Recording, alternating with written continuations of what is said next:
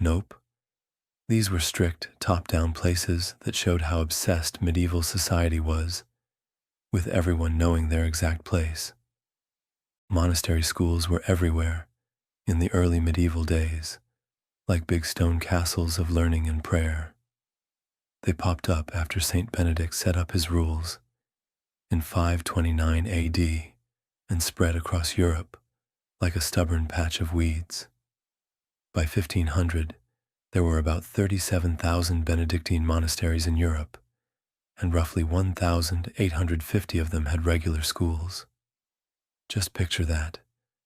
Nearly 2,000 places where young boys got to experience the joy of waking up at 5 a.m.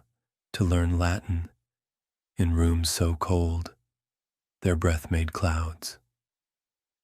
These monastery schools did two jobs at once, in a way only medieval places could.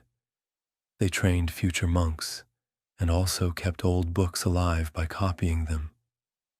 The scriptoria, those writing rooms where monks spent decades copying texts by hand, were basically the medieval version of your modern copy machine, but infinitely slower and requiring you to never get married. Students included both boys planning to become monks and kids whose families were rich enough to pay for it. The outside students, or oblates, had a strange life. Not quite monks, not quite regular students, just somewhere in that fuzzy middle ground medieval society was so good at creating. The daily routine in these schools was as strict as church services. Students got up at 5 a.m. for morning prayers, had classes from 6 to 9 a.m., copied books until 11 a.m., ate and rested, then had more classes from 1 to 3, p.m. 4 p.m., studied in groups until 6 p.m., ate dinner, had evening prayers, and were ready for bed by 9 p.m. This schedule changed a lot with the seasons. Summer days could mean 16 hours of study, while winter squeezed learning into as little as 8 hours because there was no electric light.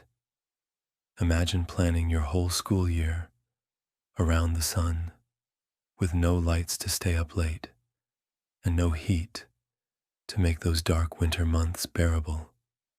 Cathedral schools were most important, between 1050 and 1200, really taking off after Charlemagne's rule in 789.